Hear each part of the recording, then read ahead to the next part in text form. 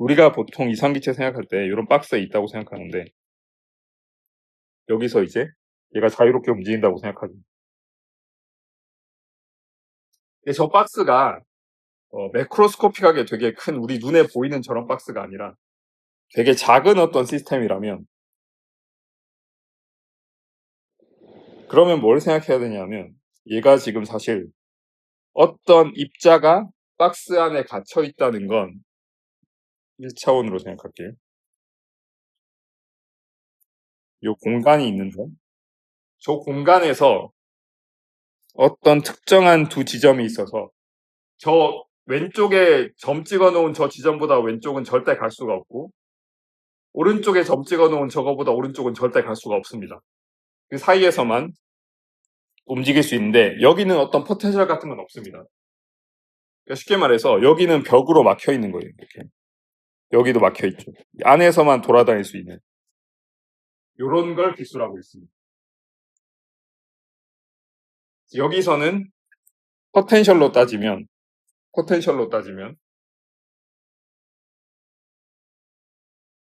여기랑 여기는 포텐셜이 무한대입니다.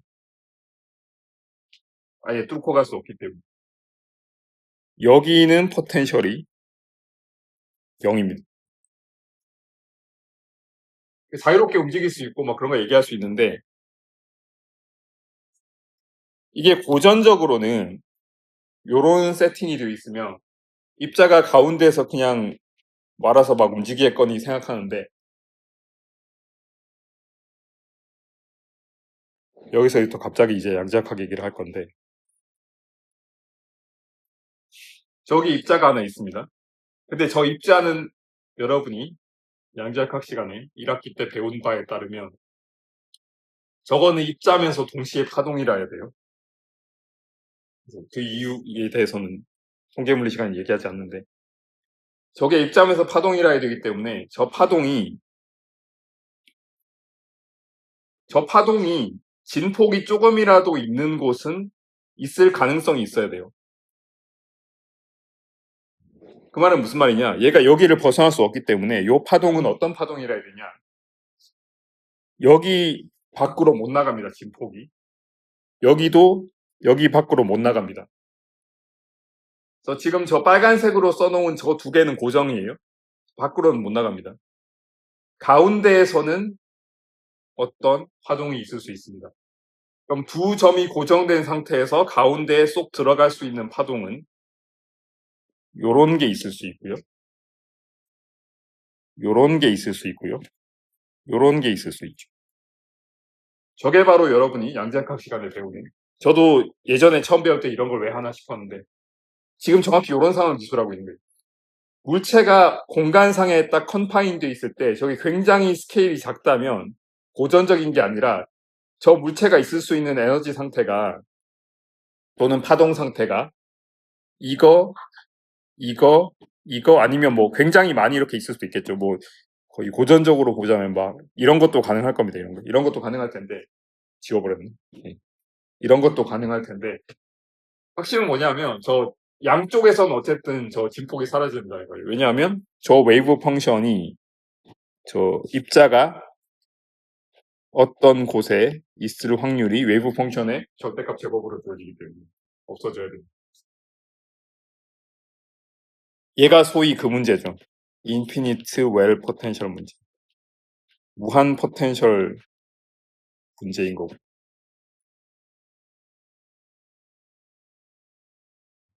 그러면 저 입자에 해당되는 파동 함수가 어떤 방정식을 따라야 되는지를 여러분이 이런 걸로 배웠습니다. 저 입자에 해당되는 파동이 따라야 되는 방정식을 이렇게 배웠습니다.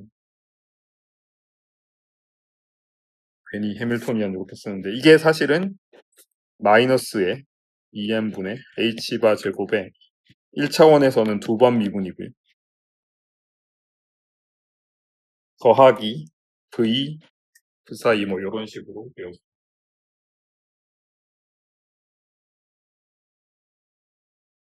되게 무섭게 생겼는데 다행히 요 문제에서는 지금 요 영역 밖에서는 이게 무한대니까 아예 생각할 필요가 없고요. 안에서는 없습니다. 이것만 생각하면. 그래서 이거를 막 에너지 아이겐 스테이트 생각하고 막 해가지고 뭐 예를 들어서 보통 이렇게 쓰죠. 이거는 불 그거니까 이렇게 써가지고 이렇게 하고 가정을 뭐 이렇게 하죠. 이거를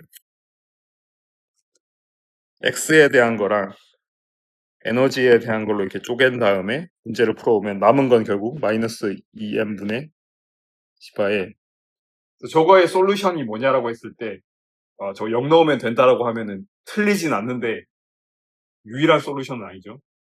저거 잘 보시면은 어떤 형태냐. 프사이라는 함수를 공간상으로 2번 미분하면 자기 자신 곱하기 어떤 상수 형태예요. 우리가 어떤 함수를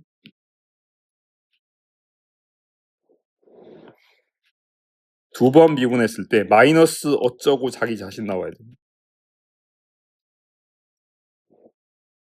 어떤 함수를 2번 미분했는데 마이너스 어쩌고 자기 자신 나오는 함수가 어떤 함수냐?